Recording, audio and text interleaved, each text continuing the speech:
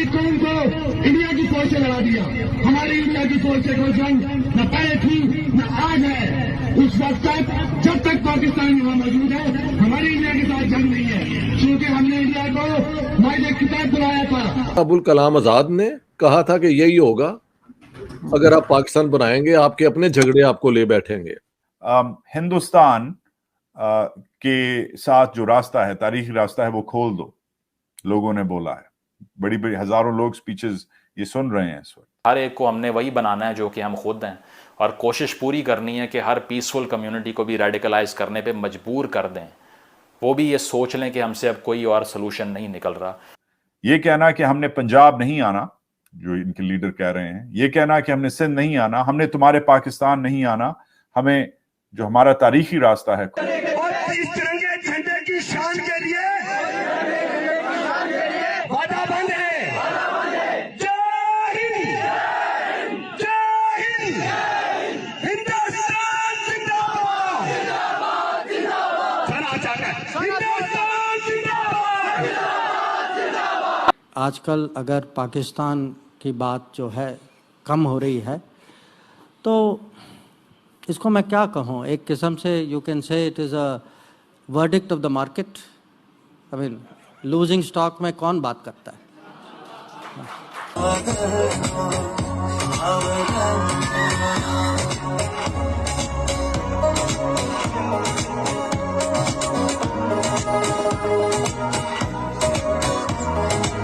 ہم نے انڈیا کو دعوت دی تھی, وہ مدد کے لیے آیا تھا.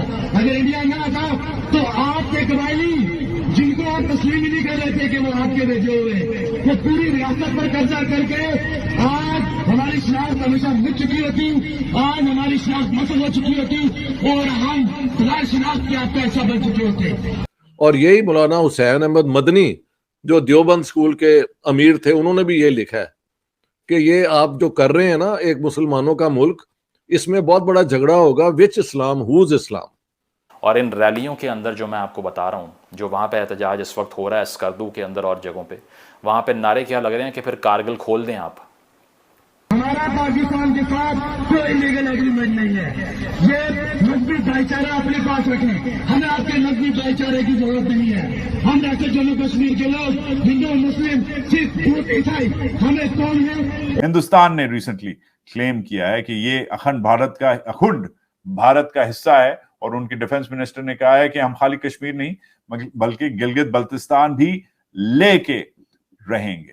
نمسکار دوستو, بھارت کے ایل او سی سے سٹے اسکردو میں ان دنوں شیعہ سمودائے کے لوگ بھارت کی جانے والی کارگل ہائی وے کے کھولنے کی مانگ کر رہے ہیں اور اس پر اڑ گئے ہیں. اب پاکستانی فوج سے یہ معاملہ سنبھالے نہیں سنبھل رہا ہے. اگر یہ معاملہ زیادہ بڑا تو نشچت پاکستان کی تو لگے گی, اس کے ابو چین کی بھی لنکا لگ جائے گی, جس نے یہ جانتے ہوئے کہ پی او کے اور گلگت بالٹستان کا حصہ بھارت کا ہے اور پاکستانی اس پر بےایمانی اور دھوکے سے بیٹھا ہے, پھر بھی سی پیک جیسے کوریڈور کا نرمان کر رہا ہے. ایسے میں جن پنگ کا جی بی بلوچستان اور خیبر پختون میں ہو رہی گھٹناؤں سے بلڈ پریشر لو ہو رہا ہوگا یا پھر ہائی ہو رہا ہوگا. جن پنگ کی شکل دیکھ کے تو لگتا ہے کہ لو ہی ہو رہا ہوگا, اور پاکستان اس کے لیڈروں نے اسے کبھی ملک سمجھا ہی نہیں, بس ایک اے ٹی ایم مشین سمجھا جس کے ہاتھ کارڈ لگا, پیسے بنائے اور میم صاحب کو لے کر چڑیا پھر. پاکستانیوں کے لیے کوئی فرق نہیں پڑتا ان کے دیش کا کیا حال ہو رہا ہے یا کیا ہوگا, کیونکہ انہیں ایک وردان ملا ہے کہ آپ کو کبھی گھبرانا نہیں. یہ بہت ڈینجرس بات ہے, اس کی امپیکٹ اسیسمنٹ بڑی سیریس ہے. ہندوستان کے ساتھ جو راستہ ہے, تاریخی راستہ ہے, وہ کھول دو, لوگوں نے بولا ہے. بڑی بڑی ہزاروں لوگ سپیچز یہ سن رہے ہیں اس وقت.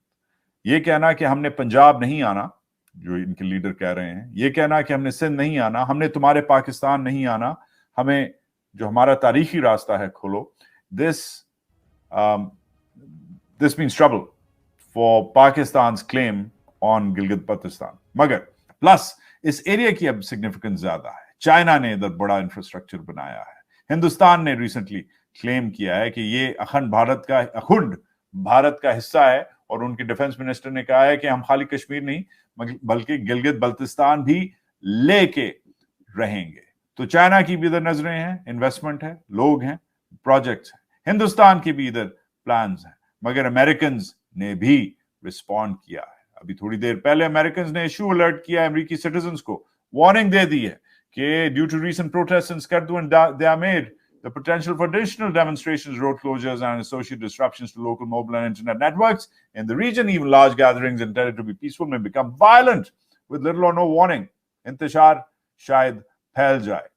امریکی بھی worried ہیں اور کہہ رہے ہیں اپنے لوگوں کو, امریکنز کو, کہ ادھر نہ جائیں اور مانیٹر کرتے رہیں لوکل میڈیا کو. حالات خراب ہیں اور خراب ہوتے جا رہے ہیں. مولانا ابوالکلام آزاد نے کہا تھا کہ یہی ہوگا اگر آپ پاکستان بنائیں گے, آپ کے اپنے جھگڑے آپ کو لے بیٹھیں گے. اور یہی مولانا حسین احمد مدنی جو دیوبند اسکول کے امیر تھے, انہوں نے بھی یہ لکھا ہے کہ یہ آپ جو کر رہے ہیں نا ایک مسلمانوں کا ملک, اس میں بہت بڑا جھگڑا ہوگا, وچ اسلام ہوز اسلام.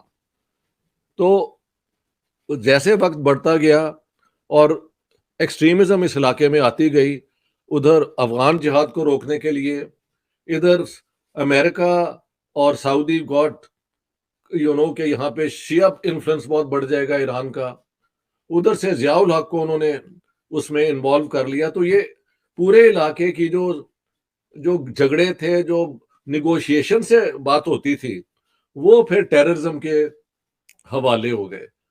اور اس کے بعد ہم دیکھتے ہیں ہزارہ ایک خاص ایتھنک گروپ ہے شیعوں کا جو بہت مارے گئے ہیں بلوچستان میں. اس ڈسپیرٹی کے ساتھ اگر احتجاج آمنے سامنے عوام آ چکی ہے, جس میں نے فوٹیجز دیکھی ہیں جو آپ کو نہیں دکھائی جاتی ہیں آبویسلی, کیونکہ پھر وہی بات کہ وہ لوکل مسئلہ آپ کا تو نہیں ہے.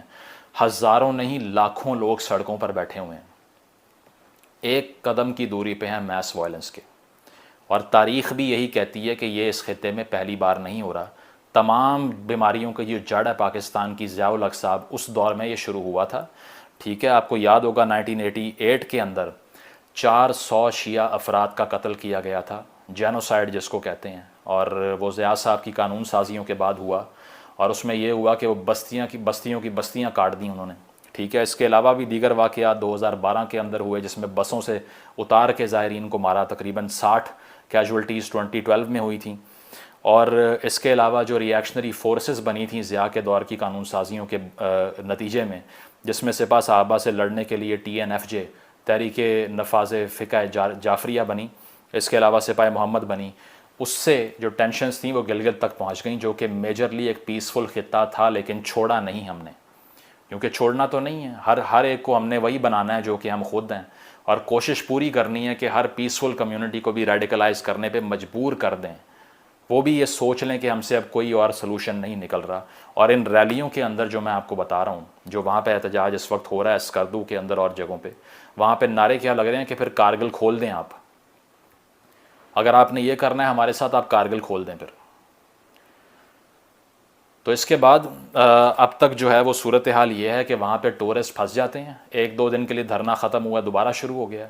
وہاں فلائٹس ڈسٹرپٹ ہو چکی ہیں, وہاں پہ ٹرانسپورٹ نہیں چل رہی, وہاں پہ ٹورزم بند پڑا ہوا ہے. اور آپ دنیا بھر کو یہ بیچتے ہیں کہ یہ خطہ ہمارے پاس ہے جہاں پہ ٹورزم کرنے کے لیے پوری دنیا سے لوگ آئیں گے, اور ان کے عوام کے ساتھ آپ یہ کرتے ہیں صرف. اگر ہم وزیرستان کی بات کریں, دیگر علاقوں کی بات کریں, تو وہاں بھی منرلز تو وہاں پہ جو وسائل پڑے ہوئے ہیں وہ ہمیں بہت پیارے لگتے ہیں. گوادر کی بات کریں تو ڈیپ سی پورٹ بڑا پیارا لگتا ہے, اسٹیڈیم بڑا پیارا لگتا ہے.